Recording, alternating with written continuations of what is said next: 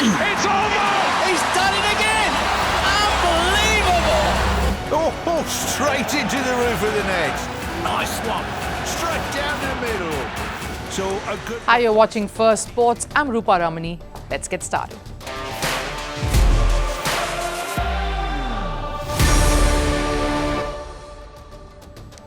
On the show today, Rajasthan IPL franchise has not had a great run at the Indian Premier League, and while this season has been fraught with many setbacks, the question is, why is a franchise that has a deep-rooted sense of picking and nurturing talents, of building a strong culture of cricket, unable to win a single title post that won blitzkrieg in 2008?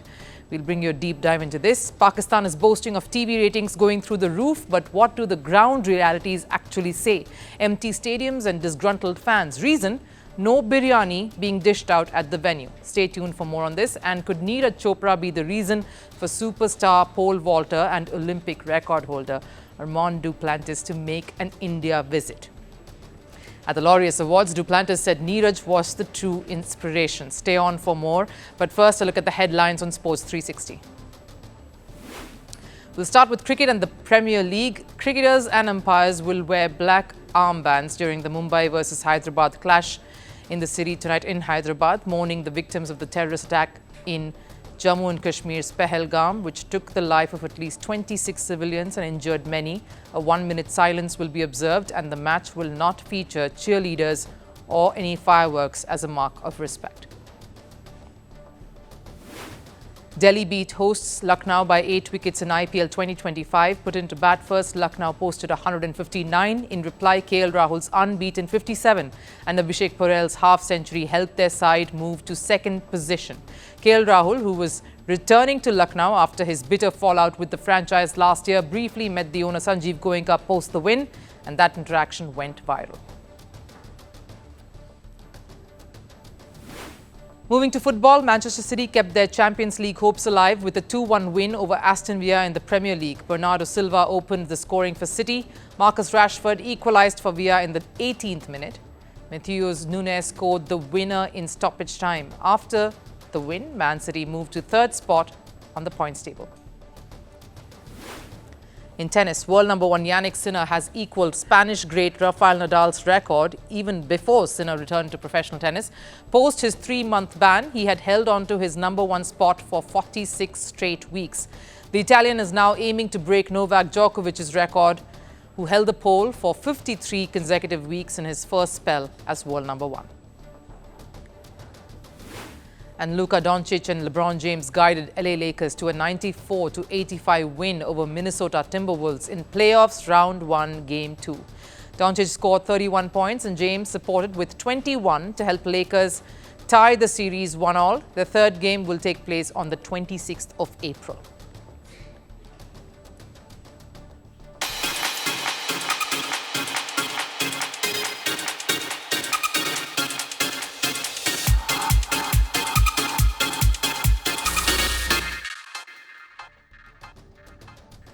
Rajasthan haven't exactly had the season of their dreams at the Indian Premier League. They are slumped on 8th position on the points table. They managed to win just 2 games out of the 8 that they've played so far. A poor record and quite a steep climb at this point back to a possible top 4 finish. Their captain is injured again, so there is a sense of doom and gloom surrounding that dressing room. But don't worry, the story is not going to decode the reasons why this cricket unit is faltering on the field, why the team combination is failing, what is the bowling unit doing wrong, what strategies can really work. All of that's for the cricket experts to enlighten us with. That's not what I'm here to speak about. I want to rather speak about what Rajasthan truly stands for. And if that dream-like quest is a big bubble that's waiting to explode. From the moment the franchise came to be, they represented an ideal, the perfect inaugural edition story. They had it all, the glitz, the glamour of ownership, a generous sprinkling of Bollywood, the song and dance. They had the beauty with the brains. Shane Warne, as captain in that first season, struck gold, a maverick player and a super strategist. The franchise took some little-known players, a bunch of youngsters, and under an astute leader, created history by winning the first season of the Indian Premier League. And that's what Rajasthan decided to build on from that point onwards. Because Vaughan never left Rajasthan. It was his mentorship that really was a guiding force behind this franchise. Back then, and even now, long after he is no more. Vaughan's principle and thought process was simple. Identify talents, spot the spark in the country and pick and groom them. That's just great to hear because that's what league cricket should do. It should provide the platform for the super talented youngsters to come forward and shine, to go on and then play for their countries, to chart a glorious path from the franchise to national colours. And there are a few who have done that in Rajasthan and have gone ahead to do wonders for the Indian national side. But here's what's the most important thing. The most crucial goal of any franchise in this league is to win. The primary goal of any franchise in any league. But here, let's focus on the IPL. The league is a numbers game. Franchises invest millions, and I'm not just talking about the players alone. It's every single aspect that comes in.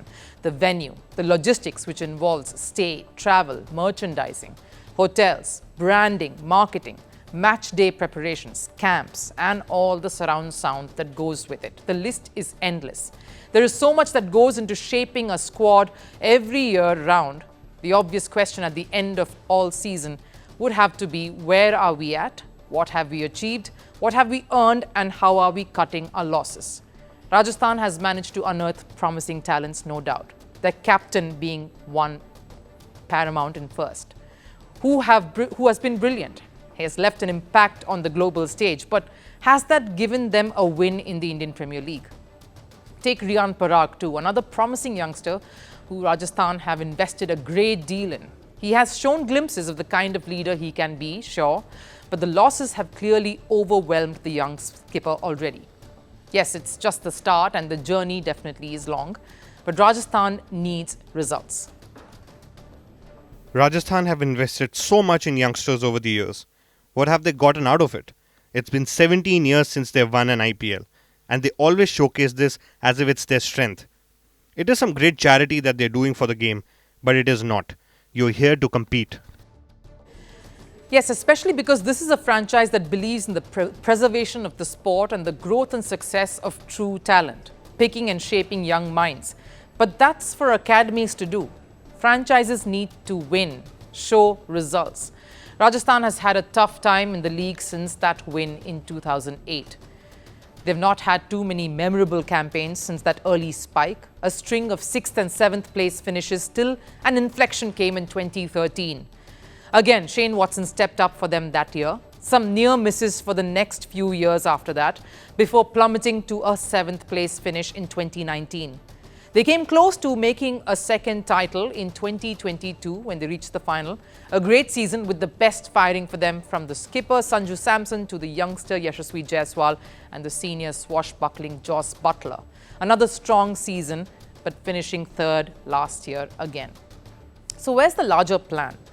Grooming talents has to be a byproduct of a system that is synergized and prepared and planned to win.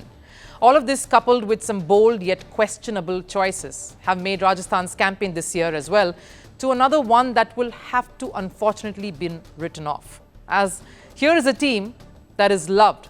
They have a calm presence helming affairs in Rahul Dravid, who's led India in the past in various capacities. Kumar Sangakkara, a legend from Sri Lanka, a solid management that backs them, talent scouts and mentors in the ranks who devote time to each player through the year. But nice guys should also start finishing first. That's how they can keep the dream of their factory alive.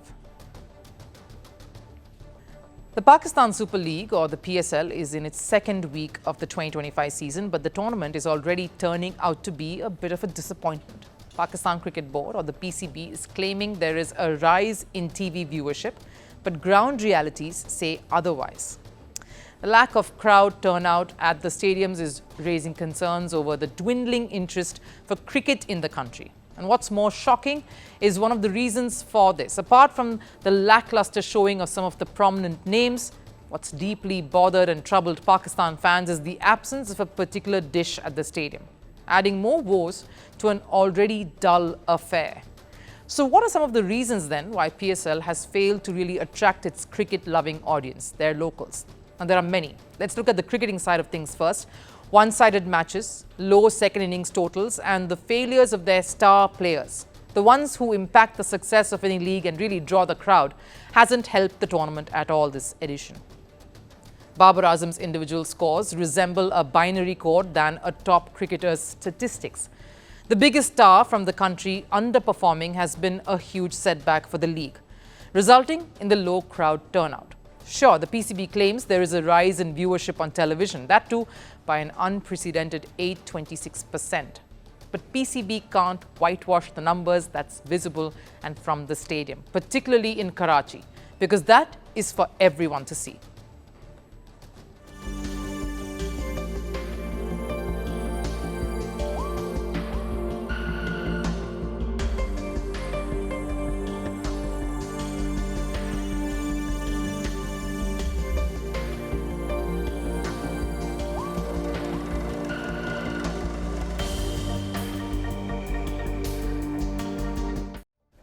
And it isn't just the PSL that has seen the slump in fanfare for the sport in the city. Take international fixtures. Even the marquee Champions Trophy, where Pakistan hosted an ICC event after almost 3 decades, witnessed half-empty stadiums, a constant that's been observed since 2019, when international cricket truly made its return to Pakistan, prompting experts and analysts to literally beg fans to come and watch the games.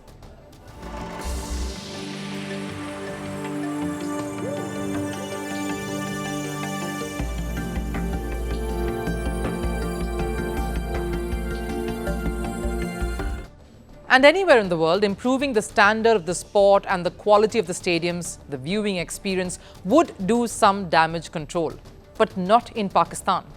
Many believe that the only way fans would turn up to watch the sport is when the food-loving city gets their staple, and right at their seats.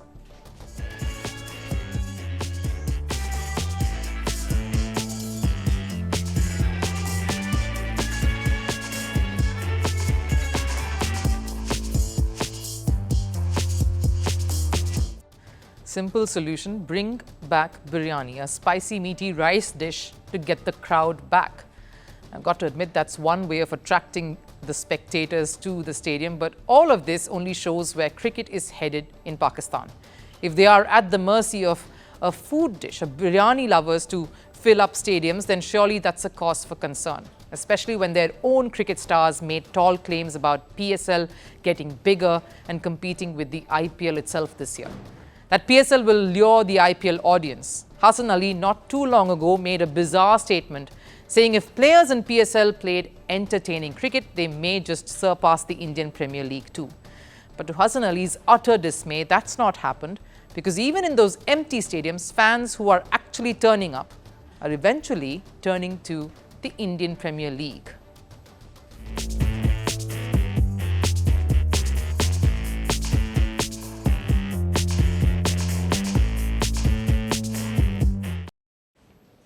Well, Hassan Ali was partially right. They did manage to lure IPL-loving audience for sure. A perfect case of a league getting friend-zoned in their own country. The cricket lover in this particular fan needed some proper, entertaining, dramatic, high-octane cricket action. Sure, it was available right in front of his eyes, at the venue, on the ground, but with the end result getting all too inevitable, he quickly turned his attention to a more interesting proposition, the Indian Premier League. I won't blame the fan here. What's more disconcerting, though, is that these aren't the only factors behind Pakistan's fall from grace in the cricket world. Some fans are calling out the boys' club culture of tainting the national squad. Karachi Stadium always had great crowds and people loved their cricket. Poor, outdated T20 cricket by national team, yari dosti involvement by a certain group, and biased journalism has resulted in decline of cricket. PCB needs to take strict action, otherwise cricket will die. Yari dosti culture, which translates to backslapping coterie that apparently exists in Pakistan dressing rooms, much of which was well documented post the ODI World Cup 2023 fiasco. Pakistan chief of selector and captain vouching for their friends, backing them, partisan culture seeping in, heads rolled of course, but the tongues have not stopped wagging. No matter how much Pakistan Cricket Board tries to rejig, seems like they won't make a dent, not unless they really address the issues here. The PSL has given them a kind of wake-up call that the country and the cricket setup badly needs. And maybe serve proper cricket with a little bit of biryani, if you have to, on the side. The only way Pakistan cricket can go past the friend zone to re-establishing a healthy relationship with what is clearly one of their biggest custodians, their fans. World record holder in pole vault, Armando Duplantis, is the flavour of the month. The world champion was crowned Sportsman of the Year at Laureus Awards for Sporting Excellence. And while the world is swooning over the reigning Olympic champion, he cannot stop talking about India's golden boy, javelin thrower Neeraj Chopra. The long-time friends have had a cordial relationship for a decade now, and the Swedish pole vaulter has called Neeraj a huge inspiration. He feels Neeraj has had a massive impact on sports in India, and according to Duplantis, he isn't just a poster boy for the sport, but also a brand ambassador. And it is probably because of him that Duplantis is even pondering competing in India. Our report tells you more.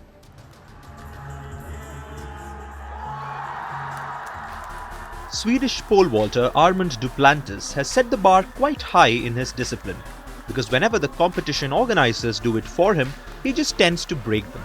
Surpassing his own records is a common thing for the two-time Olympic gold medalist.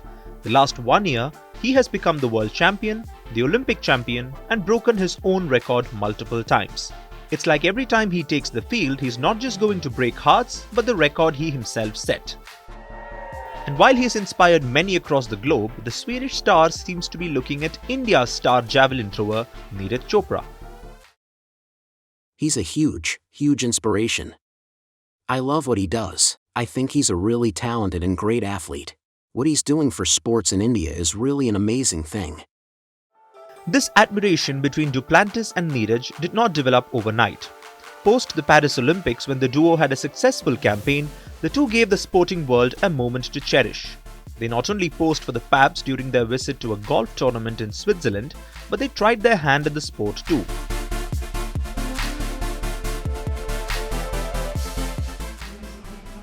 This wasn't the first step of this iconic friendship. The two have known each other since the initial stages of their career, much before the two set the athletic world on fire at the Tokyo Olympics. And Duplantis thinks Neeraj has remained the same ever since. We met before and after the Tokyo Olympics, and even when he had that big viral moment and inspired the whole country of India, he was still the same nice, caring guy as I met years back. We were at the same competition in like 2016 World Junior Championships. And Duplantis didn't stop there. He kept raving about Neeraj's humility. All that on the eve of the Laureus World Sports Awards, where he was being crowned Sportsman of the Year. And what Neeraj has now done is that he has made Duplantis consider playing in India.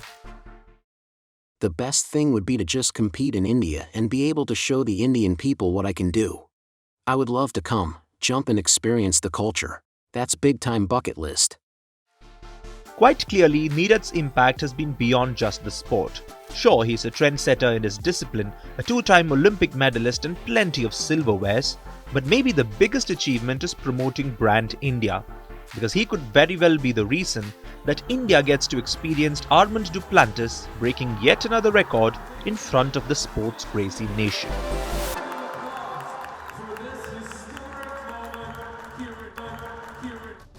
Time for last serve. The 2024 Summer Games put up a major spectacle in Paris, and while the sporting world is still relishing the moments from it, the preparations for the 2026 Winter Game in Italy is underway.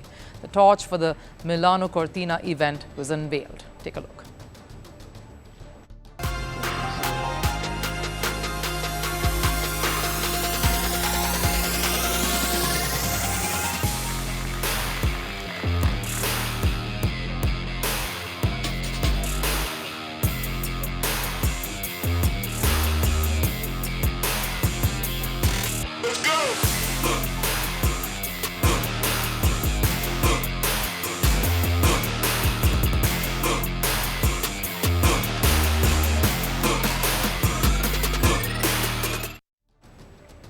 That wraps it up here on First Sports. I'll see you again tomorrow. Till then, do take care. Bye-bye.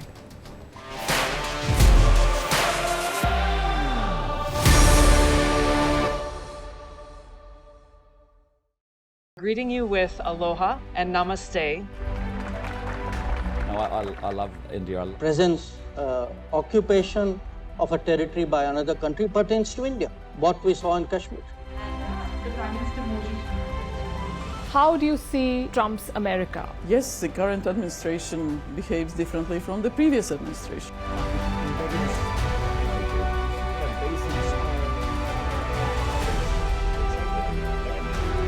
Are you saying that there are foreign powers who are trying to bring down the current government in Syria? Exactly. Iran, maybe Russia. Prime Minister Modi committed to South-South, cooperation.